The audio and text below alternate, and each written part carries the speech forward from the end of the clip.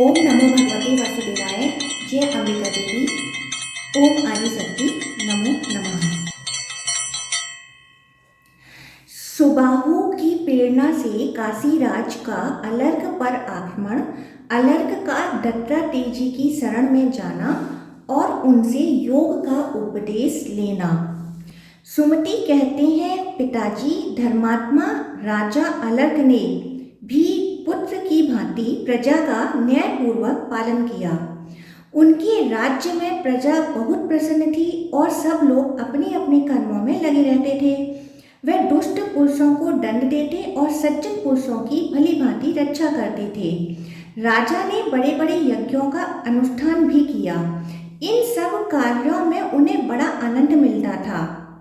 महाराज को अनेक पुत्र हुए जो महान, बलवान, अत्यंत पराक्रमी, धर्मात्मा, महात्मा तथा कुमार्ग के विरोधी थे।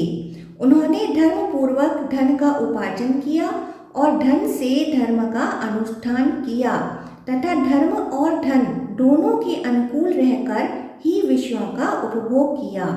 इस प्रकार धर्म, अर्थ और काम में आसक्त हो पृथ्वी का पालन करते हुए राजा अलर्क को अनेक वर्ष बीत गए, किंतु उन्हें वे एक दिन के समान ही जान पड़े। मन को प्रिय लगने वाले विषयों का भोग करते हुए उन्हें कभी भी उनकी ओर से वैराग्य नहीं हुआ। उनके मन में कभी ऐसा विचार नहीं उठा कि अब धर्म और धन का उपार्जन पूरा हो गया। उनकी ओर से उन्हें अतृप्ति ही बनी रही। उनके इस प्रकार भोग में आसक्त, प्रमादी और अजितेंद्रिय होने का समाचार उनके भाई सुबाहु ने भी सुना, जो वन में निवास करते थे। अलर्क को किसी तरह ज्ञान प्राप्त हो, इस अभिलाषा से उन्होंने बहुत देर तक विचार किया। अंत में उन्हें यही ठीक मालूम हुआ कि अलर्क के साथ शत्रुता रखने वाले किसी राजा का सहारा लिया जाए। ऐसा निश्चय करके वे अपना राज्य प्राप्त करने का उद्देश्य लेकर असंख्य बल वाहनों से संपन्न काशीराज की शरण में आए। काशीराज ने अपनी सेना के साथ अलर्क पर आक्रमण करने की तैयारी की और दूत भेजकर यह कहलाया कि अपने बड़े भाई सुबाहु को राज्य दे दो। अलर्क राजधर्म के ज्ञाता थे। उन्हें शत्रु के इस प्रकार आज्ञापूर्वक संदेश देने पर सुबाहु को राज्य देने की इच्छा नहीं हुई। उन्होंने काशीराज के दूत को उत्तर दिया कि मेरे बड़े भाई मेरे ही पास आकर प्रेम पूर्वक राज्य मांग लें। मैं किसी के आक्रमण के भय से थोड़ी सी भी भूमि नहीं दूंगा। बुद्धिमान सुबाहु ने भी अलर्क के पास याचना नहीं की। उन्होंने सोचा, याचना क्षत्रिय का धर्म नहीं है, क्षत्रिय तो पराक्रम का ही धनी होता है। तब काशीराज ने अपनी समस्त सेना के साथ राजा अलर्क के राज्य पर चढ़ाई करने के लिए यात्रा की। उन्होंने अपने समीपवर्ती राजाओं से मिलकर उनके सैनिकों द्वारा आक्रमण किया और अलर्क के सीमावर्ती नरेश को अपने अधीन कर लिया। फिर अलर्क के राज्य पर घेरा डालकर उनके सामंत राजाओं को सताना आरंभ किया। दुर्ग और दुर्ग के रक्षकों को भी काबू में कर लिया। किन्हीं को धन देकर, किन्हीं को फूट डालकर और किन्हीं को समझा बुझाकर ही अपना वशवर्ती बना लिया। इस प्रकार शत्रु मंडली से पीड़ित राजा अलर्क के पास बहुत थोड़ी सी सेना रह गई। खजाना भी घटने लगा और शत्रु ने उनके नगर पर घेरा डाल दिया। इस तरह प्रतिदिन कष्ट पाने और कोष क्षीण होने से राजा को बड़ा खेद हुआ। उनका चित्त व्याकुल हो उठा। जब वे अत्यंत वेदना से व्यथित हो उठे, तब सहसा उन्हें उस अंगूठी का स्मरण हो आया जिसे ऐसे ही अवसरों पर उपयोग करने के लिए उनकी माता मदालसा ने दिया था।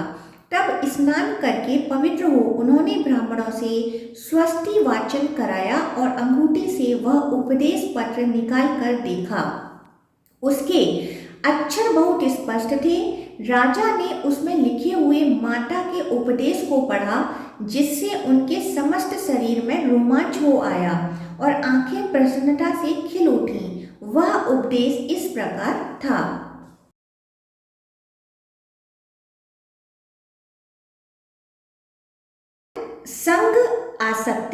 का सब प्रकार से त्याग करना चाहिए, किंतु यदि उसका त्याग न किया जा सके तो सत्पुरुषों का संग करना चाहिए, क्योंकि सत्पुरुषों का संग ही उसकी औषधि है। कामना को सर्वथा छोड़ देना चाहिए, परंतु यदि वह छोड़ी ना जा सके तो मुमुक्षा मुक्ति की इच्छा के प्रति कामना करनी चाहिए, क्योंकि मुमुक्षा ही उस कामना को मिटाने की दवा है। इस उपदेश को अनेक बार पढ़कर राजा ने सोचा, मनुष्यों का कल्याण कैसे होगा? मुक्ति की इच्छा जागृत करने पर, और मुक्ति की इच्छा जागृत होंगी सत्संग से। ऐसा निश्चय कर वे सत्संग के लिए चिंतित हुए और अत्यंत आर्त भाव से आसक्ति रहित, पाप शून्य तथा परम सौभाग्यशाली महात्मा दत्तात्रेय जी की शरण में गए। उनके चरणों में प्रणाम करके राजा ने उनका पूजन किया और न्याय के अनुसार कहा, ब्राह्मण, आप शरणार्थियों को शरण देने वाले हैं, मुझ पर कृपा कीजिए। मैं भोगों में अत्यंत आसक्त एवं दुख से आतुर हूँ, आप मेरा दुख दूर कीजिए। दत्तात्रेय जी बोले, राजन, मैं अभी तुम्हारा दुख दूर करता हूँ, सच सच बताओ तुम्हें किस लिए दुख हुआ है? अलर्क ने कहा, भगवान, इस शरीर के बड़े भाई यदि राज्य लेने की इच्छा रखते हैं तो यह शरीर तो 5 भूतों का समुदाय मात्र है, गुण की ही गुणों में प्रवृत्ति हो रही है, अतः मेरा उसमें क्या है? शरीर में रहकर भी वे और मैं दोनों ही शरीर से भिन्न हैं। यह हाथ आदि कोई भी अंग जिसका नहीं है, मांस, हड्डी और नाड़ियों के विभाग से भी जिसका कोई संपर्क नहीं है, उस पुरुष का इस राज्य में हाथी, घोड़े, रथ और कोष आदि से किंचित भी क्या संबंध है? इसलिए न तो मेरा कोई शत्रु है और न मुझे दुख या सुख होता, और न नगर तथा कोष से ही मेरा कोई संबंध है। वह हाथी, घोड़े आदि की सेना न सुबाहु की है, न दूसरे किसी की है, और न मेरी ही है। जैसे कलसी, घट और कमंडलू में एक ही आकाश है तो भी पात्र भेद से अनेक सा दिखाई देता है, उसी प्रकार सुबाहु, काशीराज और मैं भिन्न भिन्न शरीरों में रहकर भी एक ही हैं। शरीरों के भेद से ही भेद की प्रतीति होती है। पुरुष की बुद्धि जिस जिस वस्तु में आसक्त होती है वहाँ से वह दुख ही लाकर देती है। मैं तो प्रकृति से परे हूँ, अतः न दुखी हूँ न सुखी। प्राणियों का भूतों के द्वारा जो पराभाव होता है वही दुखमय है। तात्पर्य यह है कि जो भौतिक भोगों में ममता के कारण आसक्त है वही सुख दुख का अनुभव करता है। दत्तात्रेय जी बोले, नरश्रेष्ठ, वास्तव में ऐसी ही बात है। तुमने जो कुछ कहा है ठीक है। ममता ही दुख का और ममता का अभाव ही सुख का कारण है। मेरे प्रश्न करने मात्र से तुम्हें यह उत्तम ज्ञान प्राप्त हो गया, जिसने ममता की प्रतीति को सैमर की रुई की भांति उड़ा दिया। मनुष्य के हृदय में अज्ञान रूपी महान वृक्ष खड़ा है। वह अहंता रूपी अंकुर से उत्पन्न हुआ है। ममता ही उसका तना है। ग्रह और क्षेत्र उसकी ऊंची ऊंची शाखाएं हैं। स्त्री और पुत्र आदि पल्लव हैं। धन धान्य रूप बड़े बड़े पत्ते हैं। वह अनादि काल से बढ़ता चला आ रहा है।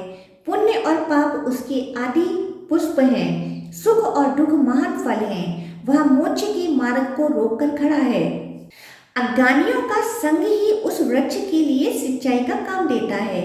सकाम कर्म करने की प्रबल इच्छा ही उस वृक्ष पर भ्रमरों की भांति मंडराती रहती है। जो लोग संसार मार्ग की यात्रा से थक कर उस वृक्ष का आश्रय लेते हैं वह भ्रमपूर्ण ज्ञान एवं मिथ्या सुख के वशीभूत हो जाते हैं। ऐसे लोगों को आत्यंतिक सुख मोक्ष कैसे मिल सकता है?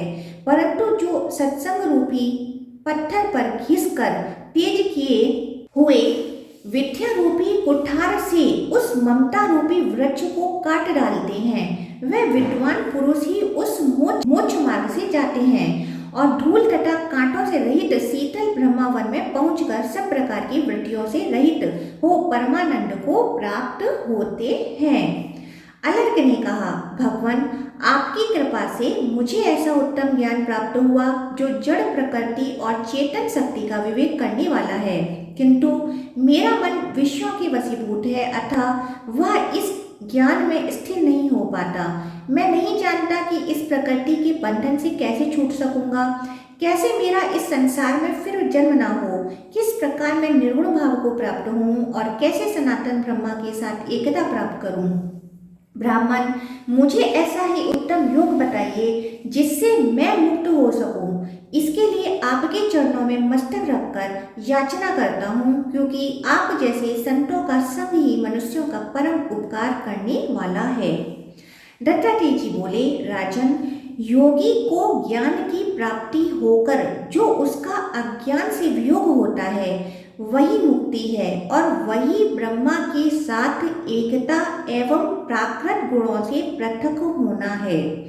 मुक्ति होती है योग से, योग प्राप्त होता है सम्यक ज्ञान से, सम्यक ज्ञान होता है वैराग्य जनक दुख से और दुख होता है ममता के कारण स्त्री पुत्र धन आदि में चित्त की आसक्ति होने से। अतः मुक्ति की इच्छा रखने वाला पुरुष आसक्ति को दुख मूल समझकर यत्न पूर्वक त्याग दे। आसक्ति न होने पर यह मेरा है ऐसी धारणा दूर हो जाती है। ममता का अभाव सुख का ही साधक है। वैराग्य से सांसारिक विषयों में दोष का दर्शन होता है। ज्ञान से वैराग्य और वैराग्य से ज्ञान होता है। जहाँ रहना हो वही घर है, जिससे जीवन चले वही भोजन है और जिससे मोक्ष मिले वही ज्ञान बताया गया है। इसके सिवा सब अज्ञान है। राजन, पुण्य और पापों को भोग लेने से, नित्य कर्मों का निष्काम भाव से अनुष्ठान करने से, अपूर्व का संग्रह न होने से तथा पूर्व जन्म के किए हुए कर्मों का क्षय हो जाने से मनुष्य बारंबार देह के बंधन में नहीं पड़ता। राजन, यह तुमसे ज्ञान के विषय में कुछ बातें बतलाई गई। अब उस योग का वर्णन सुनो जिसे प्राप्त कर योगी पुरुष सनातन ब्रह्मा से कभी पृथक नहीं होता। योगियों को पहले आत्मा बुद्धि के द्वारा आत्मा मन को जीतने की चेष्टा करनी चाहिए, क्योंकि उसको जीतना बहुत कठिन है। अतः उस पर विजय पाने के लिए सदा ही यत्न करना चाहिए। इसका उपाय बतलाता हूँ, सुनो। प्राणायाम के द्वारा राग आदि दोषों का, धारणा के द्वारा पाप का, प्रत्याहार के द्वारा विषयों का और ध्यान के द्वारा ईश्वर विरोधी गुणों का निवारण करें। जैसे पर्वतीय धातुओं को आग में तपाने से उनके दोष जल जाते हैं, उसी प्रकार प्राणायाम करने से इंद्रिय जनित दोष दूर हो जाते हैं। अतः योग के ज्ञाता पुरुष को पहले प्राणायाम का ही साधन करना चाहिए। प्राण और अपान वायु को रोकने का नाम ही प्राणायाम है। यह लघु, मध्य और उत्तरीय भेद से 3 प्रकार का बताया गया है। अलर्क, अब मैं उसकी मात्रा बतलाता हूँ, सुनो। लघु प्राणायाम 12 मात्रा का होता है। इससे दूनी मात्रा का मध्यम और तिगुनी मात्रा का उत्तरीय अथवा उत्तम बताया गया है। पलकों को उठाने और गिराने में जितना समय लगता है वही प्राणायाम की संख्या के लिए मात्रा कहा गया है। ऐसी ही 12 मात्राओं का लघु नामक प्राणायाम होता है। प्रथम प्राणायाम के द्वारा स्वेद पसीने को, मध्यम के द्वारा कंप को और तृतीय प्राणायाम के द्वारा विषाद को जीतें। इस प्रकार क्रमशः इन तीनों दोषों पर विजय प्राप्त करें। जैसे सिंह, व्याघ्र और हाथी सेवा के द्वारा कोमल हो जाते हैं, उनकी कठोरता दब जाती है, उसी प्रकार प्राणायाम करने से प्राण योगी के वश में हो जाता है। जैसे हाथीवान मतवाले हाथी को भी वश में करके उसे इच्छा अनुसार चलाता है, उसी प्रकार योगी वश में किए हुए प्राण को अपनी इच्छा के अधीन रखता है। जैसे वश में किया हुआ सिंह केवल मृगों को ही मारता है, मनुष्यों को नहीं, उसी प्रकार प्राणायाम के द्वारा वश में किया हुआ प्राण केवल पापों का नाश करता है, मनुष्यों के शरीर का नहीं। इसलिए योगी पुरुष को सदा प्राणायाम में संलग्न रहना चाहिए। राजन, ध्वस्ति, प्राप्ति, संवित और प्रसाद, ये मोक्ष रूपी फल प्रदान करने वाली प्राणायाम की 4 अवस्थाएं हैं।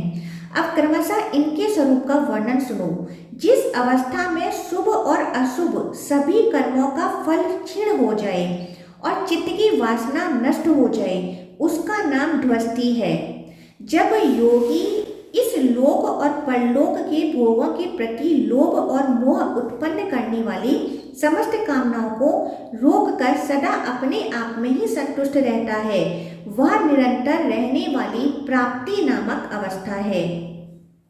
जिस समय योगी सूर्य, चंद्रमा, नक्षत्र तथा ग्रहों के समान प्रभावशाली होकर उत्तम ज्ञान संपत्ति प्राप्त करता है और उस ज्ञान संपत्ति से भूत भविष्य की बातों का तथा दूर स्थित एवं अदृश्य वस्तुओं को भी जान लेता है, उस समय प्राणायाम की संवित नामक अवस्था होती है। जिस प्राणायाम से मन, 5 प्राणवायु, संपूर्ण इंद्रियां और इंद्रियों के विषय प्रसाद को प्राप्त होती हैं, वह उसकी प्रसाद अवस्था है।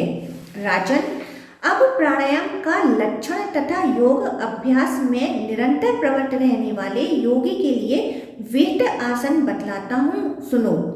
पद्मासन, अर्धासन, स्वस्तिकासन आदि आसनों में बैठकर मन ही मन प्रणव का चिंतन करते हुए योग अभ्यास करें। शरीर को समभाव से रखें, आसन भी सम हो। दोनों पैरों को समेटकर दोनों जंघों को आगे की ओर स्थिर करें। मुंह को बंद किए रहें। एड़ियों को इस प्रकार रखें जिससे वह लिंग और अंडकोश का स्पर्श न कर सकें। मन और इंद्रियों को संयम में रखते हुए स्थिर रहें। मस्तक को कुछ ऊंचा किए रहें। दांतों का दांतों से स्पर्श न होने दें। अपनी नासिका के अग्रभाग पर दृष्टि रखते हुए अन्य दिशाओं की ओर न देखें। रजोगुण से तमोगुण की ओर, सत्वगुण से रजोगुण की वृत्ति को भली भांति आच्छादित करके निर्मल सत्व में स्थित हो योग वेता पुरुष योग का अभ्यास करें। इंद्रिया, प्राण आदि और मन को उनके विषयों से हटाकर प्रत्याहार आरंभ करें। जैसे कछुआ अपने सब अंगों को समेट लेता है, उसी प्रकार जो समस्त कामनाओं को संकुचित कर लेता है, वह निरंतर आत्मा में ही रमण करने वाला और एकमात्र परमात्मा में स्थित हुआ पुरुष अपनी आत्मा में ही आत्मा का साक्षात्कार करता है। विद्वान पुरुष बाहर भीतर की शुद्धि का संपादन करके कंठ से लेकर नाभि तक शरीर को प्राणवायु से परिपूर्ण करते हुए प्राणायाम आरंभ करें। प्राणायाम 12 हैं, उन्हीं को धारणा भी कहते हैं। तत्वदर्शी योगियों ने योग में 2 धारणाएं बतलाई हैं। उनके अनुसार योग में प्रवृत्त हुए नियतात्मा योगी के सभी दोष नष्ट हो जाते हैं तथा वह स्वस्थ भी हो जाता है। वह पर ब्रह्मा परमात्मा को और प्राकृत गुणों को पृथक पृथक देखता है। व्योम से लेके परमाणु तक का साक्षात्कार करता है तथा निष्पाप आत्मा का भी दर्शन कर लेता है। इस प्रकार प्राणायाम परायण एवं मिताहारी योगी पुरुष धीरे धीरे एक एक भूमि को वश में करके दूसरी पर पैर बढ़ाएं। जैसे महल में जाते समय एक एक सीढ़ी को पार करके दूसरी पर चढ़ जाता है। जो भूमि अपनी वश में नहीं हुई है, उसमें जाने से वह दोष, रोग आदि दुख तथा मोह को बढ़ाती है, अतः उस पर न चढ़ें। प्राणवायु के विरोध को प्राणायाम कहते हैं। अपने मन को संयम में रखने वाले योगी पुरुष शब्दादि विषयों की ओर जाने वाली इंद्रियों को उनकी ओर से योग द्वारा प्रत्याहत निर्वृत्त करते हैं, इसलिए यह प्रत्याहार कहलाता है। योगी महर्षियों ने इस विषय में ऐसा उपाय भी बताया है जिससे योग अभ्यासी पुरुष को रोग आदि दोष नहीं होते। जैसे जलार्थी मनुष्य यंत्र और नली आदि की सहायता से धीरे धीरे जल पीते हैं, उसी प्रकार योगी पुरुष श्रम को जीतकर धीरे धीरे वायु का पान करें। पहले नाभि में, फिर हृदय में, तदंतर तीसरे स्थान वक्षस्थल में, उसके बाद क्रमशः कंठ, मुख, नासिका के अग्रभाग, नेत्र भुवों के मध्य भाग तथा मस्तक में प्राणवायु को धारण करें। उसके बाद पर ब्रह्मा परमात्मा में उसकी धारणा करनी चाहिए। यह सबसे उत्तम धारणा मानी गई है। इन 10 धारणाओं को प्राप्त होकर योगी अविनाशी ब्रह्मा की सत्ता को प्राप्त होता है। राजन, सिद्धि की इच्छा रखने वाला योगी पुरुष बड़े आदर के साथ योग में प्रवृत्त हो। वह अधिक खाए हुए अथवा खाली पेट थका और व्याकुल चित्त न हो। जब अधिक सर्दी या अधिक गर्मी पड़ती हो, सुख दुख आदि द्वंद्वों की प्रबलता हो अथवा बड़े जोर की आंधी चलती हो, ऐसे अवसरों पर ध्यान परायण होकर योग का अभ्यास नहीं करना चाहिए। कोलाहलपूर्ण स्थान में, आग और पानी के समीप, पुरानी गौशाला में, चौराहे पर, सूखे पत्तों के ढेर पर, नदी में, शमशान भूमि में, जहाँ सर्पों का निवास हो, वहाँ भयपूर्ण स्थान में, कुएं के तट पर, मंदिर में तथा दीमकों की मिट्टी के ढेर पर, इन सब स्थानों में तत्वज्ञ पुरुष योग अभ्यास न करें। जहाँ सात्विक भाव की सिद्धि न हो, ऐसे देश काल का परित्याग करें। योग में असत्य वस्तु का दर्शन भी निषिद्ध है, अतः उसे भी छोड़ दें। जो मूर्खतावश उस उक्त स्थानों की परवाह न करके वही योग अभ्यास आरंभ करता है, उसके कार्य में विघ्न डालने के लिए बहरापन, जड़ता, स्मरण शक्ति का नाश, गूंगापन, अंधापन और ज्वर आदि अनेक दोष तत्काल प्रकट होते हैं। यदि प्रमादवश योगी के सामने ये दोष प्रकट हों तो उनका नाश करने के लिए जिस चिकित्सा की आवश्यकता है उसे सुनो। यदि वात रोग, गुल्म रोग, उदावर्त, गुदा संबंधी रोग तथा और कोई उदर संबंधी रोग हो जाए तो उसकी शांति के लिए घी मिलाई हुई जौ की गरम गरम लपसी खा लें अथवा केवल उसकी धारणा करें। वह रुकी हुई वायु को निकालती और वायु गोला को दूर करती है। इसी प्रकार जब शरीर में कंप पैदा हो तो मन में बड़े भारी पर्वत की धारणा करें। बोलने में रुकावट होने पर वाग देवी की और बहरापन आने पर श्रवण शक्ति की धारणा करें। इसी प्रकार प्यास से पीड़ित होने पर ऐसी धारणा करें कि जीवा पर आम का फल रखा हुआ है और उससे रस मिल रहा है। तात्पर्य यह है कि जिस जिस अंग में रोग पैदा हो वहाँ उसमें लाभ पहुंचाने वाली धारणा करें। गर्मी में सर्दी की और सर्दी में गर्मी की धारणा करें। धारणा के द्वारा ही अपने मस्तक पर काठ की कील रखकर दूसरे काष्ठ के द्वारा उसे ठोकने की भावना करें। इससे योगी की लुप्त हुई स्मरण शक्ति का तत्काल ही आविर्भाव हो जाता है। इसके सिवा सर्वत्र व्यापक भूलोक, पृथ्वी, वायु और अग्नि की भी धारणा करें। इससे अमानवीय शक्तियाँ और जीव जंतुओं से होने वाली बाधाओं की चिकित्सा होती है। यदि कोई मानवेतर जीव योगी के भीतर प्रवेश कर जाए तो वह वायु और अग्नि की धारणा करके उसे अपने शरीर के भीतर ही जला डाले। राजन, इस प्रकार योग वेता पुरुष को सब प्रकार से अपनी रक्षा करनी चाहिए, क्योंकि यह शरीर धर्म, अर्थ, काम और मोक्ष चारों पुरुषार्थों का साधक है। योग प्रवृत्ति के लक्षणों को बतलाने तथा उन पर गर्व करने से योगी का विज्ञान लुप्त हो जाता है। इसलिए उन प्रवृत्तियों को गुप्त ही रखना चाहिए। चंचलता का न होना, निरोग रहना, निष्ठुरता न धारण करना, उत्तम सुगंध का आना, मल मूत्र कम होना, शरीर में कांति, मन में प्रसन्नता और वाणी के स्वर में कोमलता का उदय होना, ये सब योग प्रवृत्ति के प्रारंभिक चिन्ह हैं। यदि योगी को देखकर लोगों के मन में अनुराग हो, परोक्ष में सब लोग उसके गुणों का बखान करने लगें और कोई भी जीव जंतु उससे भयभीत न हो, तो यह योग में सिद्धि प्राप्त होने की उत्तम पहचान है। जिसे अत्यंत भयानक सर्दी, गर्मी आदि से कोई कष्ट नहीं होता तथा जो दूसरों से भयभीत नहीं होता, सिद्धि उसके निकट खड़ी है। योग के विघ्न, उनसे बचने के उपाय, 7 धारणा, 8 ऐश्वर्य तथा योगी की मुक्ति। दत्तात्रेय जी कहते हैं, आत्म साक्षात्कार के समय योगी पुरुष के समक्ष जो विघ्न उपस्थित होते हैं उनका संक्षेप से वर्णन करता हूँ, सुनो। उस समय वह सकाम कर्म करना चाहता है और मानवीय भोगों की अभिलाषा करता है।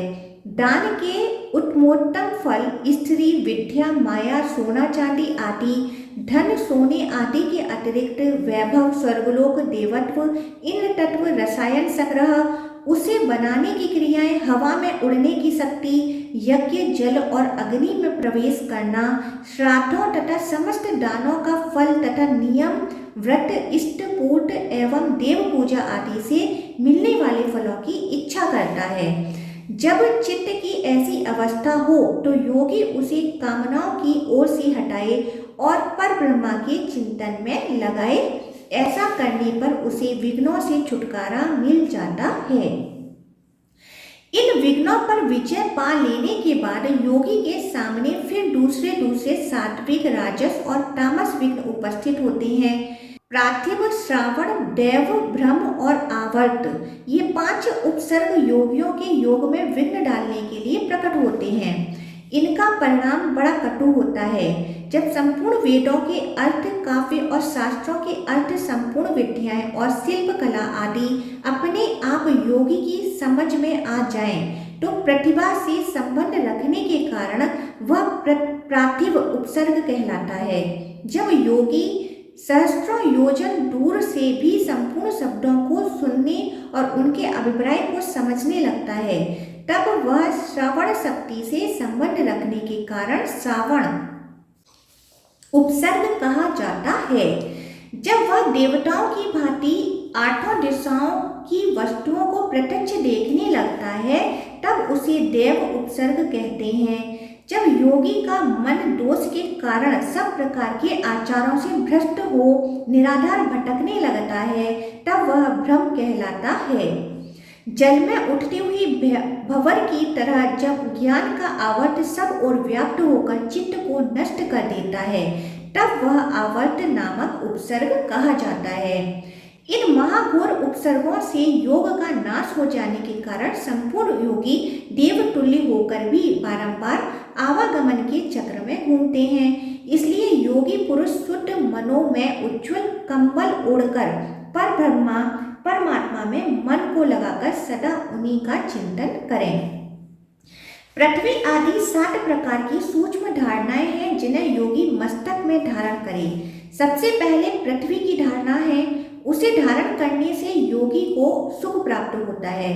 वह अपने को साक्षात पृथ्वी मानता है अतः पार्थिव विषय गंध का त्याग कर देता है। इसी प्रकार वह जल की धारणा से सूक्ष्म रस का, तेज की धारणा से सूक्ष्म रूप का, वायु की धारणा से स्पर्श का तथा आकाश की धारणा से सूक्ष्म प्रवृत्ति तथा शब्द का त्याग करता है।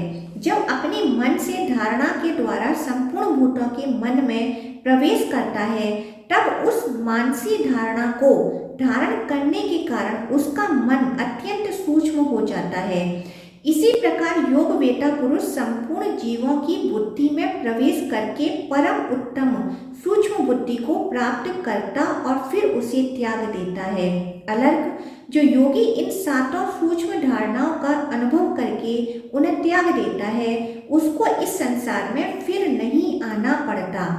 जितात्मा पुरुष क्रमशः इन 7 धारणाओं के सूक्ष्म रूप को देखे और त्याग करता जाए। ऐसा करने से वह परम सिद्धि को प्राप्त होता है। राजन, योगी पुरुष जिस भूत में राग करता है उसी में आसक्त होकर नष्ट हो जाता है। इसलिए इन समस्त सूक्ष्म भूतों को परस्पर संसक्त जानकर जो इन्हें त्याग देता है उसे परम पद की प्राप्ति होती है। 5 भूत और मन बुद्धि के इन 7 सूक्ष्म रूपों का विचार कर लेने पर उनके प्रति वैराग्य होता है, जो सद्भावना का ज्ञान रखने वाले पुरुष की मुक्ति का कारण बनता है। जो गंध आदि विषयों में आसक्त होता है उसका विनाश हो जाता है और उसे बारंबार संसार में जन्म लेना पड़ता है। योगी पुरुष इन 7 धारणाओं को जीत लेने के बाद यदि चाहें तो किसी भी सूक्ष्म भूत में लीन हो सकता है। देवता, असुर, गंधर्व, नाग और राक्षसों के शरीर में भी वह लीन हो जाता है, किंतु कहीं भी आसक्त नहीं होता। अणिमा, लघिमा, महिमा, प्राप्ति, प्राकम्य, ईशित्व, वसित्व और कामावासायित्व, इन 8 ईश्वरीय गुणों को जो निर्वाण की सूचना देने वाले हैं योगी प्राप्त करता है। सूक्ष्म से भी सूक्ष्म रूप धारण करना अणिमा है और शीघ्र से शीघ्र कोई काम कर लेना लघिमा नामक गुण है। सबके लिए पूजनीय हो जाना महिमा कहलाता है। जब कोई भी वस्तु अप्राप्य न रहे तो वह प्राप्ति नामक सिद्धि है। सर्वत्र व्यापक होने से योगी को प्राकाम्य नामक सिद्धि की प्राप्ति मानी जाती है। जब वह सब कुछ करने में समर्थ ईश्वर हो जाता है तो उसकी वह सिद्धि ईश्वरत्व कहलाती है। सबको वश में कर लेने से वशित्व की सिद्धि होती है। यह योगी का 7वां गुण है, जिसके द्वारा इच्छा के अनुसार कहीं भी रहना आदि सब काम हो सके। उसका नाम कामावसायित्व है। ऐसे ऐश्वर्य के साधनभूत 8 गुण हैं। मुक्त होने से उसका कभी जन्म नहीं होता, वह वृद्धि और नाश को भी नहीं प्राप्त होता, न तो उसका क्षय होता है और न ही परिणाम। पृथ्वी आदि भूत समुदाय से न तो वह काटा जाता है, न भीग कर गलता है, न जलता है और न सूखता ही है। शब्द आदि विषय भी उसको लुभा नहीं सकते। उसके लिए शब्द आदि विषय है ही नहीं। न तो वह उनका भोगता है और न ही उनसे उसका संयोग होता है। जैसे अन्य खोटे द्रव्यों से मिला और खंड खंड हुआ सुवर्ण जब आग में तपाया जाता है तब उसका दोष जल जाता है और वह शुद्ध होकर अपने दूसरे टुकड़ों से मिलकर एक हो जाता है। उसी प्रकार यत्नशील योगी जब योगाग्नि से तपता है तब अंतकरण के समस्त दोष जल जाने के कारण ब्रह्मा के साथ एकता को प्राप्त हो जाता है। फिर वह किसी से पृथक नहीं रहता। जैसे आग में डाली हुई आग उसमें मिलकर एक हो जाती है, उसका वही नाम और वही स्वरूप हो जाता है। फिर उसको विशेष रूप से पृथक नहीं किया जा सकता। उसी तरह जिसके पाप दग्ध हो गए हैं वह योगी पर ब्रह्मा के साथ एकता को प्राप्त होने पर फिर कभी उनसे पृथक नहीं होता। जैसे जल में डाला हुआ जल उसके साथ मिलकर एक हो जाता है, उसी प्रकार योगी का आत्मा परमात्मा में मिलकर तदाकार हो जाता है। योगचर्या प्रणव की महिमा तथा अरिष्टों का वर्णन और उनसे सावधान होना। अलर्क बोले, भगवान अब मैं योगी के आचार व्यवहार का यथार्थ वर्णन सुनना चाहता हूँ। वह किस प्रकार ब्रह्मा के मार्ग का अनुसरण करके कभी क्लेश में नहीं पड़ता। दत्तात्रेय ने कहा, राजन, ये जो मान और अपमान है ये साधारण मनुष्यों को प्रसन्नता और उद्वेग देने वाले होते हैं। उन्हें मान से प्रसन्नता और अपमान से उद्वेग होता है, किंतु योगी उन दोनों को ही ठीक उल्टे अर्थ में ग्रहण करता है, अतः वे उसकी सिद्धि में सहायक होते हैं। योगी के लिए मान और अपमान को विष एवं अमृत के रूप में बताया गया है। इनमें अपमान तो अमृत है और मान भयंकर विष। योगी मार्ग को भलीभांति देखकर पैर रखे, वस्त्र से छानकर जल पिए, सत्य वचन बोले और बुद्धि से विचार करके जो ठीक जान पड़े उसी का चिंतन करे। योग वेता पुरुष आतिथ्य, श्राद्ध, यज्ञ, देवयात्रा तथा उत्सवों में न जाए। कार्य की सिद्धि के लिए किसी बड़े आदमी के यहाँ भी कभी न जाए। जब गृहस्थ के यहाँ रसोई घर से धुआं न निकलता हो, आग बुझ गई हो और घर के सब लोग खा पी चुके हों, उस समय योगी भिक्षा के लिए जाए, परंतु प्रतिदिन एक ही घर पर ना जाए। योग में प्रवृत्त रहने वाला पुरुष सत्पुरुषों के मार्ग को कलंकित न करते हुए प्राय ऐसा व्यवहार करे जिससे लोग उसका सम्मान न करें, तिरस्कार ही करें। वह गृहस्थों के यहाँ से अथवा घूमते फिरते रहने वाले लोगों के घरों से भिक्षा ग्रहण करे। इनमें भी पहले अर्थात गृहस्थ के घर की भिक्षा ही सर्वश्रेष्ठ एवं मुख्य है। जो गृहस्थ विनीत, श्रद्धालु, जितेंद्रिय, श्रोत्रिय एवं उदार हृदय वाले हों, उन्हीं के यहाँ योगी को सदा भिक्षा के लिए जाना चाहिए। इनके बाद जो दुष्ट और पतित न हो, ऐसे अन्य लोगों के यहाँ भी वह भिक्षा के लिए जा सकता है, परंतु छोटे वर्ण के लोगों के यहाँ भिक्षा मांगना निकृष्ट वृत्ति मानी गई है। योगी के लिए भिक्षा प्राप्त अन्न जौ की लपसी, छाछ, दूध, जौ की खिचड़ी, फल, मूल, कंगनी, कण, तिल का चूर्ण और सत्त, ये आहार उत्तम और सिद्धिदायक हैं। अतः योगी इन्हें भक्ति पूर्वक एकाग्रचित से भोजन के काम में ले। पहले एक बार जल से आचमन करके मौन हो क्रमशः 5 ग्रासों की प्राण रूप अग्नि में आहुति दे। प्राणायाम स्वाहा कहकर पहला ग्रास मुंह में डाले, यही प्रथम आहुति मानी गई है। इसी प्रकार अपानाय स्वाहा से दूसरी, समानाय स्वाहा से तीसरी, उदानाय स्वाहा से चौथी और व्यानाय स्वाहा से 5वीं आहुति दे। फिर प्राणायाम के द्वारा इन्हें पृथक करके शेष अन्न इच्छा अनुसार भोजन करें। भोजन के अंत में फिर एक बार आचमन करें, तत्पश्चात हाथ मुंह धोकर हृदय का स्पर्श करें। चोरी न करना, ब्रह्मचर्य का पालन, त्याग, लोभ का अभाव और अहिंसा, ये भिक्षुओं के 5 व्रत हैं।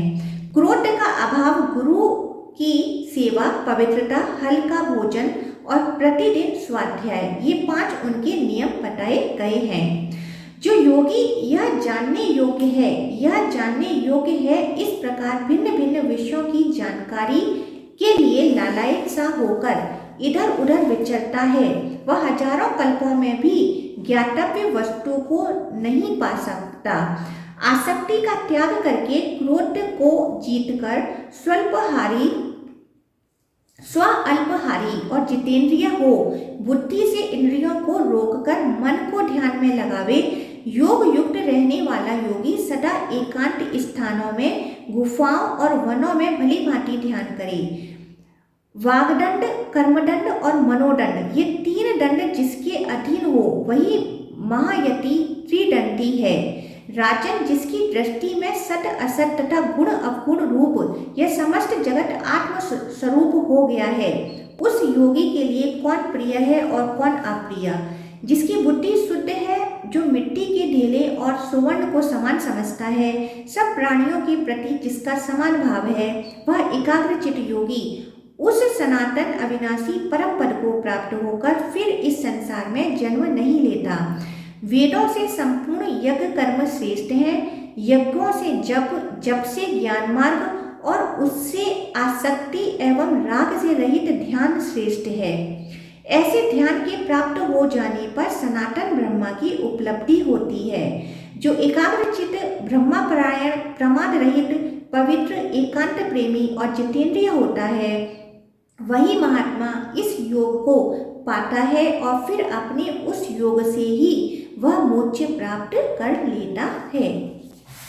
दत्तात्रेय जी कहते हैं, जो योगी इस प्रकार भली भांति योगचर्या में स्थित होते हैं, उन्हें सैकड़ों जन्मों में भी अपने पथ से विचलित नहीं किया जा सकता। जिनके सब ओर चरण, मस्तक और कंठ हैं, जो इस विश्व के स्वामी तथा विश्व को उत्पन्न करने वाले हैं, उन विश्व रूपी परमात्मा का प्रत्यक्ष दर्शन करके उनकी प्राप्ति के लिए परम पुण्यमय ओम, इस एकाक्षर मंत्र का जप करें, उसी का अध्ययन करें। अब उसके स्वरूप का वर्णन सुनो। अकार, उकार और मकार, ये जो 3 अक्षर हैं, ये ही 3 मात्राएं हैं। ये क्रमशः सात्विक, राजस और तामस हैं। इनके सिवा एक अर्ध मात्रा भी है जो अनुस्वार या बिंदु के रूप में इन सब के ऊपर स्थित है। वह अर्ध मात्रा निर्गुण है। योगी पुरुषों को ही उसका ज्ञान हो पाता है। उसका उच्चारण गांधार स्वर से होता है, इसलिए उसे गांधारी भी कहते हैं। उसका स्पर्श चींटी की गति के समान होता है। प्रयोग करने पर वह मस्तक स्थान में दृष्टिगोचर होता है।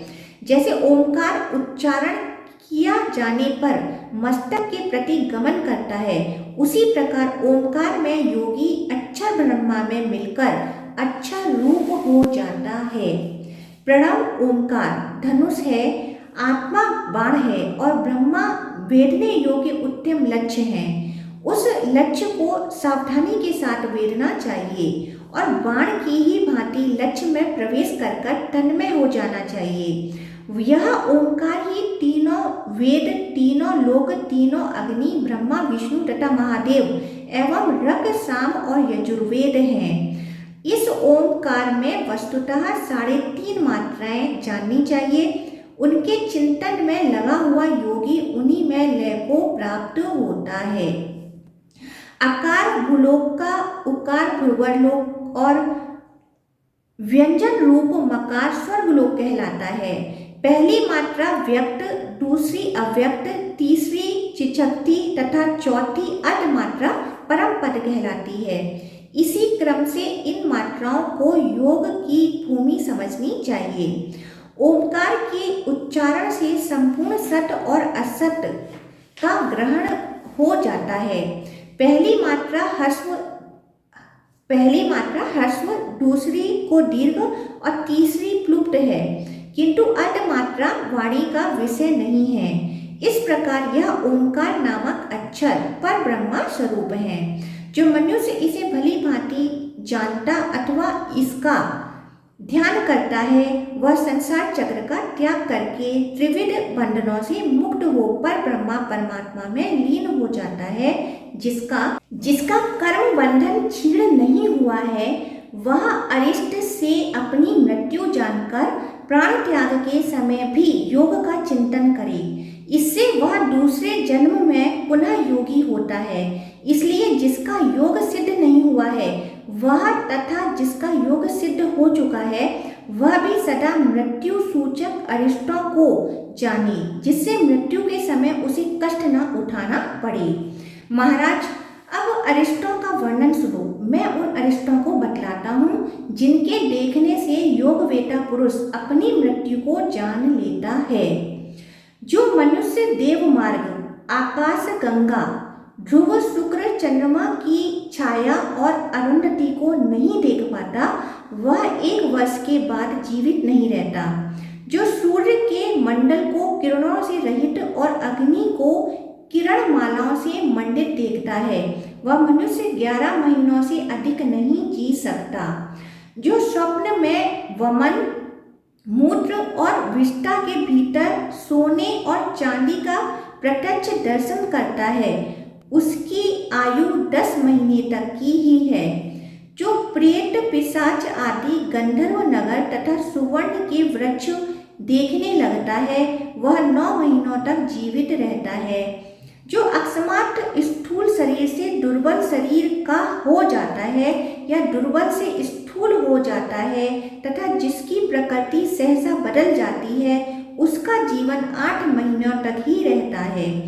धूल या कीचड़ में पैर रखने पर जिसकी एड़ी या पादा अग्रभाग का चिन्ह खंडित दिखाई दे, वह 7 मास तक जीवित रहता है।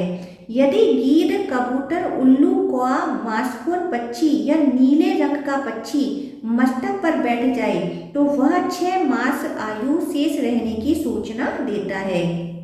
यदि कोए आकर चोंच मारे या धूल की वर्षा से आहत होना पड़े तथा अपनी छाया और तरह की दिखाई दे और वह 4-5 महीने ही जीवित रहता है। यदि बिना बादल के ही दक्षिण दिशा के आकाश में बिजली चमकती दिखाई और रात में इंद्रधनुष का दर्शन हो तो उस मनुष्य का जीवन 2-3 महीने का ही है।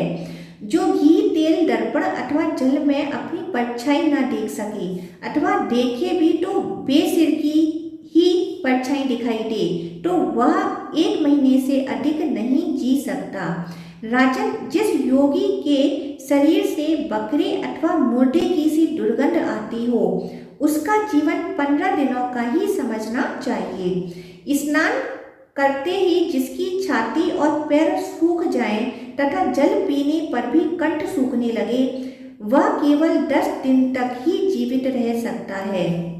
जिसके भीतर की वायु पृथक होकर मर्म स्थानों को छेदती सी जान पड़े तथा जल के स्पर्श से भी जिसके शरीर में रोमांच न हो, उसकी मृत्यु पास खड़ी है।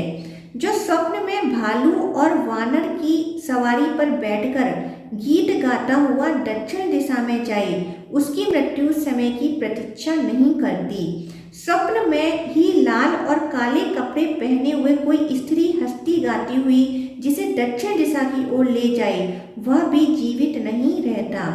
यदि स्वप्न में नंगा एवं मुड़ मुड़ाया हुआ कोई महाबली मनुष्य हंसता और उछलता कूदता दिखाई दे तो समझना चाहिए कि मौत आ गई। जो स्वप्नावस्था में अपने को पैर से लेकर चोटी तक कीचड़ के समुद्र में डूबा देखता है, वह मनुष्य तत्काल मृत्यु को प्राप्त होता है। जो स्वप्न में केस, अंगारे, भस्म, सर्प और बिना पानी की नदी देखता है, उसकी 10वें से लेकर 11वें दिन तक मृत्यु हो जाती है। स्वप्न में विकराल, भयंकर और काले रंग के पुरुष हाथ में हथियार लिए जिसको पत्थरों से मारते हैं, उसकी तत्काल मृत्यु हो जाती है। सूर्योदय के समय जिसके सम्मुख और बाएं दाएं गीदड़ी रोती हुई जाए, उसकी तत्काल मृत्यु हो जाती है। भोजन कर लेने पर भी जिसके हृदय में भूख का कष्ट होता हो तथा जो दांतों से दांत घिसता रहे, उसकी आयु भी निश्चय ही समाप्त हो चुकी है। जिसको दीपक की गंध का अनुभव न होता हो, जो रात और दिन में भी डरता हो तथा दूसरे के नेत्र में अपनी परछाई न देखता हो, वह जीवित नहीं रहता। जो आधी रात के समय इंद्रधनुष और दिन में तारों को देख ले, वह आत्मवेता पुरुष अपनी आयु क्षीण हुई समझे। जिसकी नाक टेढ़ी और कान ऊंचे नीचे हो जाते हैं तथा जिसके बाएं नेत्र से सदा पानी गिरता रहता है, उसकी आयु समाप्त हो चुकी है। यदि मुंह सब ओर से लाल और जीभ काली पड़ जाए तो बुद्धिमान पुरुष की अपनी मृत्यु निकट समझनी चाहिए। जो स्वप्न में ऊंट या गधे पर बैठकर दक्षिण दिशा की ओर जाए, उसकी तत्काल मृत्यु होने वाली है, ऐसा जानना चाहिए। जो अपने दोनों कान बंद कर लेने पर अपनी ही आवाज न सुने तथा जिसके नेत्रों की ज्योति नष्ट हो जाए, वह भी जीवित नहीं रह सकता। जो स्वप्न में किसी गड्ढे के भीतर गिरे और उससे निकलने का द्वार बंद हो जाए तथा फिर वह उस गड्ढे से न निकल सके, तो वहीं तक उसका जीवन समझना चाहिए। जिसकी दृष्टि ऊपर की ओर उठे किंतु वहाँ ठहर ना सके, बार बार लाल होकर घूमती रहे, मुंह गर्म हो और नाभि शीतल हो जाए, तो ये लक्षण मनुष्य के शरीर परिवर्तन की सूचना देते हैं। जो स्वप्न में अग्नि या जल के भीतर प्रवेश करके फिर न निकले, उसके जीवन का वही अंत है। जिसको दुष्ट जीव रात में और दिन में भी मारे, वह 7 रात के भीतर निश्चय ही मृत्यु को प्राप्त हो जाता है। जो अपने निर्मल श्वेत वस्त्र को भी लाल या काले रंग का देखे, उसकी भी मृत्यु निकट समझनी चाहिए। स्वभाव का विपरीत होना और प्रकृति का बिल्कुल बदल जाना भी मृत्यु के निकट होने की सूचना देते हैं। जिसका काल निकट आ गया है, वह मनुष्य जिनके सामने सदा विनीत रहता था, जो लोग उसके परम पूजनीय थे, उन्हीं की अवहेलना और निंदा करता है। वह देवताओं की पूजा नहीं करता, बड़े बूढ़ों को, गुरुजनों तथा ब्राह्मणों की निंदा करता है, माता पिता तथा दामाद का सत्कार नहीं करता। इतना ही नहीं, वह योगियों, ज्ञानी, विद्वानों तथा अन्य महात्मा पुरुषों का आदर सत्कार से भी मुंह मोड़ लेता है। बुद्धिमान पुरुषों को मृत्यु के इन लक्षणों की जानकारी रखनी चाहिए। राजन, योगी पुरुषों को उचित है कि वे सदा यत्नपूर्वक इन अरिष्टों पर दृष्टि रखें, क्योंकि ये वर्ष के अंत में तथा दिन रात के भीतर भी फल देने वाले होते हैं। राजन,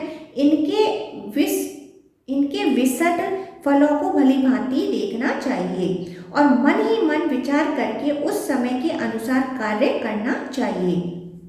मृत्यु काल को जान लेने पर योगी किसी निर्भय स्थान में बैठकर योग अभ्यास में प्रवृत्त हो जाए, जिससे उसका वह समय निष्फल न जाने पाए।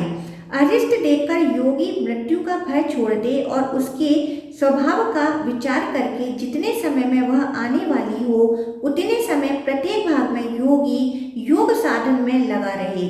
दिन के पूर्वाह्न, मध्याह्न तथा अपराह्न में अथवा रात्रि के जिस भाग में अरिष्ट का दर्शन हो, तभी से लेके जब तक मृत्यु न आवे तब तक योग में लगा रहे।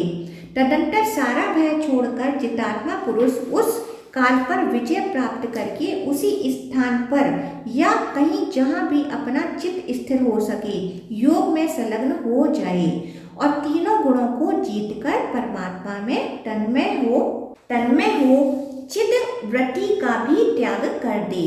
यूं करने से वह उस इंद्रियातीत परम निर्माण स्वरूप ब्रह्मा को प्राप्त होता है जो न तो बुद्धि का विषय है और न वाणी ही जिसका वर्णन कर सकती है। अलर्क, इन सब बातों का मैंने तुमसे यथार्थ वर्णन किया है। अब तुम जिस प्रकार ब्रह्मा को प्राप्त हो सकोगे वह संक्षेप से सुनो। जैसे चंद्रमा का संयोग पाकर ही चंद्रकांत मणि जल की सृष्टि करती है, उनका संयोग पाए बिना नहीं।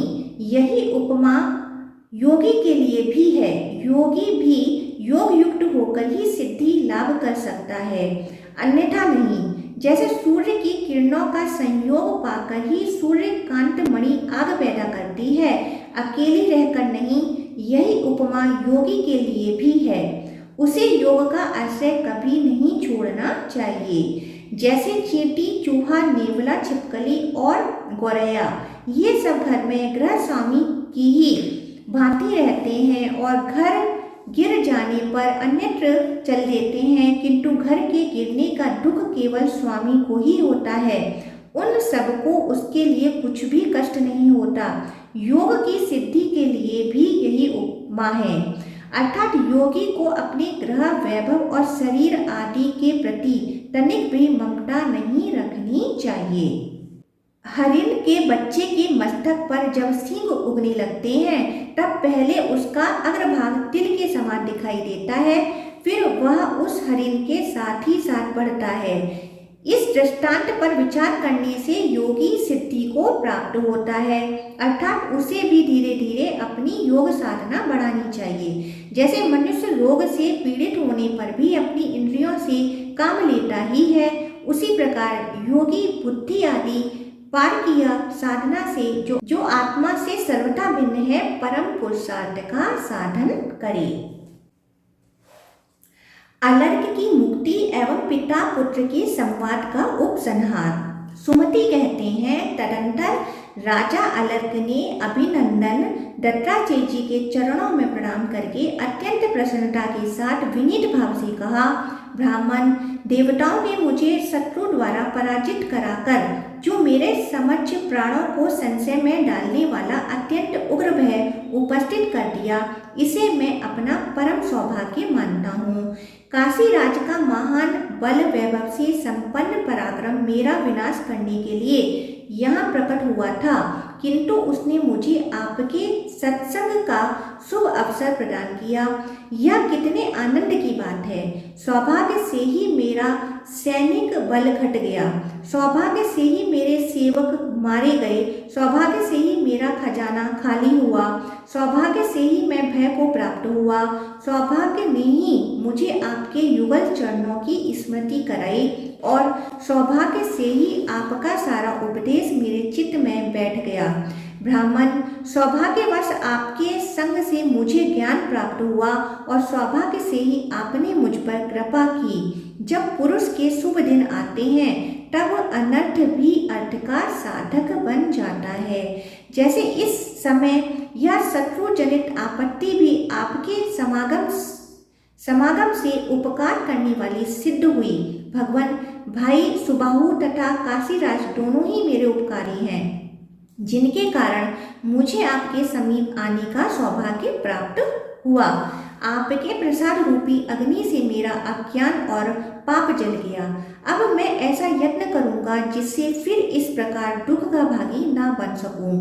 आप मेरे ज्ञानदाता महात्मा हैं, अतः आपसे आज्ञा लेकर मैं गृहस्थ आश्रम का परित्याग करूंगा, जो विपत्ति रूपी वृक्षों का वन है। दत्तात्रेय जी बोले, राजेंद्र, जाओ, तुम्हारा कल्याण हो। मैंने जैसा तुम्हें बताया है उसी के अनुसार ममता और अहंकार से रहित हो मोक्ष के लिए विचरते रहो। सुमति कहते हैं, दत्तात्रेय जी के यूं कहने पर राजा अलर्क ने उन्हें प्रणाम किया और बड़ी उतावली के साथ वे उस स्थान पर आए जहाँ उनके बड़े भाई सुबाहु और काशीराज मौजूद थे। महाबाहु वीरवर काशीराज के निकट पहुंचकर अलर्क ने सुबाहु के सामने ही हंसते हुए कहा, राज्य की इच्छा रखने वाले काशीराज, अब तुम इस बड़े हुए राज्य को भोगो, अथवा यदि तुम्हारी इच्छा हो तो भाई सुबाहु को ही दे डालो। काशीराज ने कहा, अलर्क, तुमने युद्ध के बिना ही राज्य क्यों छोड़ दिया? यह तो क्षत्रिय का धर्म नहीं है और तुम क्षत्रिय धर्म के ज्ञाता हो।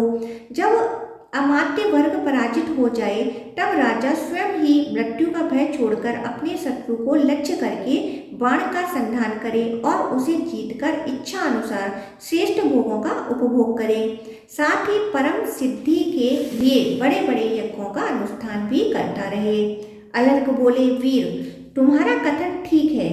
पहले मेरे मन में भी ऐसे ही विचार उठते थे, किंतु अब मेरी विपरीत धारणा हो गई है। इसका कारण सुनो।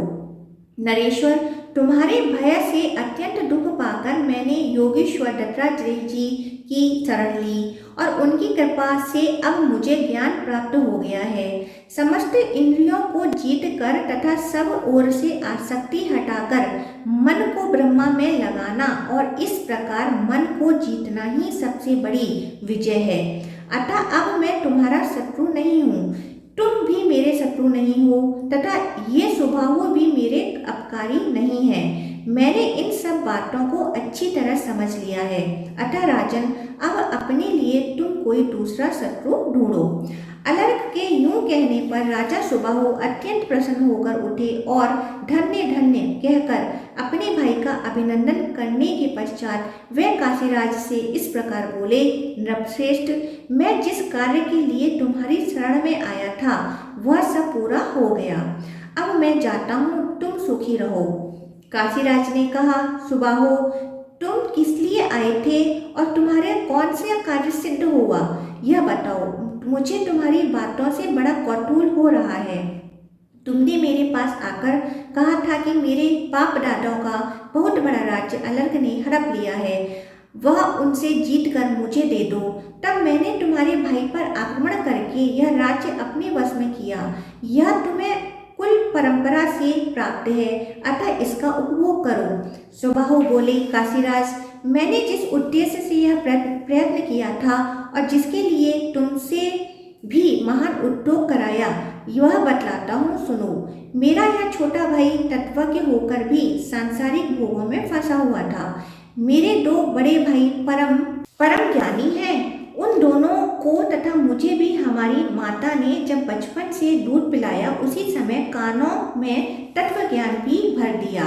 मनुष्य मात्र को जिनका ज्ञान होना चाहिए वह सभी पदार्थ माता ने हमारे सामने प्रकाशित कर दिए, किंतु यह अलर्क उस ज्ञान से वंचित रह गया था। राजन, जैसे एक साथ यात्रा करने वालों में से एक को कष्ट में पड़ा देखकर साधु पुरुषों के हृदय में दुख होता है, उसी प्रकार इस अलर्क को गृहस्थ आश्रम के मोह में फंसकर कष्ट उठाते हुए देखकर हम तीनों भाइयों को कष्ट होता था, क्योंकि यह इस शरीर का संबंधी है और इसके साथ भाई की कल्पना जुड़ी हुई है। तब मैंने सोचा दुख पड़ने पर ही इसके मन में वैराग्य की भावना जागृत होगी, अतः युद्धोद्योग के लिए तुम्हारा आश्रय लिया। फिर इस दुख से इसको वैराग्य हुआ और वैराग्य से ज्ञान की प्राप्ति हुई। इस प्रकार जो कार्य मुझे अभीष्ट था वह पूरा हो गया, अतः तुम्हारा कल्याण हो। अब मैं जाता हूँ। मदालसा के गर्भ में रहकर और उसके स्तनों का दूध पीकर यह अलर्क दूसरी स्त्री के पुत्रों द्वारा ग्रहण किए हुए मार्ग पर न जाए, यही विचार कर मैंने तुम्हारा सहारा लिया था। सो सब कार्य पूरा हो गया। अब मैं सिद्धि के लिए जाता हूँ। नरेंद्र, जो लोग कष्ट में पड़े हुए अपने स्वजन, बंधु और सुहृद की उपेक्षा करते हैं वह मेरे विचार से विकलप्रिय हैं। उनकी इंद्रियां, हाथ पैर आदि बेकार हैं। जो समर्थ सुहृद, स्वजन और बंधु के होते हुए धर्म, अर्थ, काम और मोक्ष से वंचित हो कष्ट भोगते हैं, वहाँ उसके व सुहृद आदि ही निंदा के पात्र होते हैं। राजन, तुम्हारे संग से मैंने यह बहुत बड़ा कार्य सिद्ध कर लिया। तुम्हारा कल्याण हो। अब मैं जाऊंगा। साधु श्रेष्ठ, तुम भी ज्ञानी बनो। काशीराज ने कहा, महात्मा, तुमने अलर्क का तो बहुत बड़ा उपकार किया, अब मेरे भलाई में अपना मन क्यों नहीं लगाते। सत्पुरुषों का साधु पुरुषों के साथ जो समागम होता है वह सदा फल देने वाला ही होता है, निष्फल नहीं। अतः तुम्हारे संग से मेरी भी उन्नति होनी चाहिए। सुबाहु बोले, राजन, धर्म अर्थ काम और मोक्ष ये 4 पुरुषार्थ हैं। इनमें से धर्म अर्थ और काम तो तुम्हें प्राप्त हैं, केवल मोक्ष से तुम वंचित हो। अतः वही तुम्हें संक्षेप से बतलाता हूँ, एकाग्रचित्त होकर सुनो। सुनकर भली भांति उसकी आलोचना करो और उसी के अनुसार अपने कल्याण के यत्न में लग जाओ। राजन, यह मेरा है और यह मैं हूँ, इस प्रकार की प्रतीति तुम्हें नहीं करनी चाहिए, क्योंकि आलोचना का विषय तो बाहरी धर्म ही होता है। धर्म के अभाव में कोई आश्रय नहीं रहता। अहम, मैं, यह संज्ञा किसकी है, इस बात का तुम्हें विचार करना चाहिए। बाहरी और आंतरिक तत्व की आलोचना करनी चाहिए। आधी रात के बाद भी इस तत्व का विचार करना चाहिए। अव्यक्त से लेकर विशेषतः जो विकार रहित अचेतन व्यक्त और अव्यक्त तत्व है उसे जानना चाहिए, और उनका ज्ञाता जो मैं हूँ वह मैं कौन हूँ इसे भी जानना चाहिए। इस मैं को ही जान लेने पर तुम्हें सबका ज्ञान हो जाएगा। अनात्म में आत्मबुद्धि होना और जो अपना नहीं है उसे अपना मानना, यही अज्ञान है। भूपाल, वह मैं सर्वत्र व्यापक आत्मा हूँ, तथापि तुम्हारे पूछने पर लोक व्यवहार की दृष्टि से मैंने यह सब बातें बता दी हैं, अब मैं जानता हूँ। सुमति कहते हैं, काशी नरेश से यूं कहकर परम बुद्धिमान सुबाहु चले गए। काशीराज ने भी अलर्क का सत्कार करके अपने नगर की राह ली। अलर्क ने अपने ज्येष्ठ पुत्र को राजा के पद पर अभिषिक्त कर दिया और स्वयं सब प्रकार की आसक्तियों का त्याग करके वह आत्मसिद्धि के लिए वन में चले गए।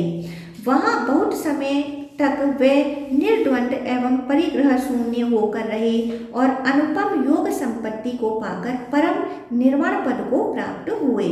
पिताजी, आप भी अपनी मुक्ति के लिए इस उत्तम योग का साधन कीजिए, इससे आप उस ब्रह्मा को प्राप्त होंगे जहाँ जाने पर आपको शोक नहीं होगा।